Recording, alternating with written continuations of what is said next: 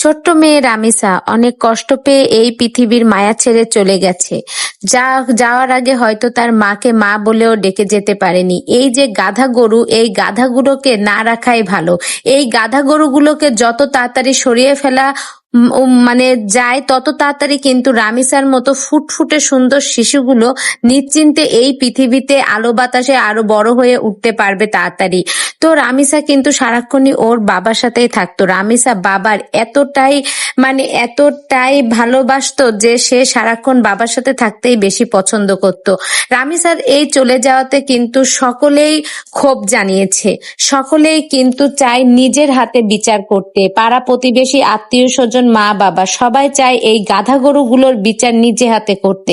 তো ছোট্ট মানুষ স্কুলে যাওয়ার জন্য রেডি হতেছিল, তখন কি থেকে কি হয়ে গেল। কখনো কি ভেবেছে তার এই ছোট্ট বয়সে চলে যেতে হবে এই পৃথিবীর মায়া ছেড়ে। রামিসার বাবা রামিসাকে ছাড়া কিছুই বুঝতো না। রামিসারা কিন্তু দুই বোন, বড় বোনের থেকে আদরের বেশি ছিল কিন্তু রামিসা। কিন্তু এই গাধা গরুগুলোনের জন্যই কিন্তু এত বড় একটা ঘটনা ঘটে গেল। মা বাবার কোল থেকে শিশু চলে যায়, এটা কি চারটেখানিক বিষয়? যার সন্তান চলে যায় শুধু সেই বোঝে। তো তার মা বাবার সাথে সাথে কিন্তু সকলেই, পাড়া প্রতিবেশী বলুন, আত্মীয় স্বজন বলুন, ঢাকার আশপাশের সকল মানুষ কিন্তু এই বিষয়টা নিয়ে খুবই আন্দোলন শুরু করে দিয়েছে। আর তারা নিজে হাতে বিচার করতে চায়, এটাই কিন্তু তাদের আবদার।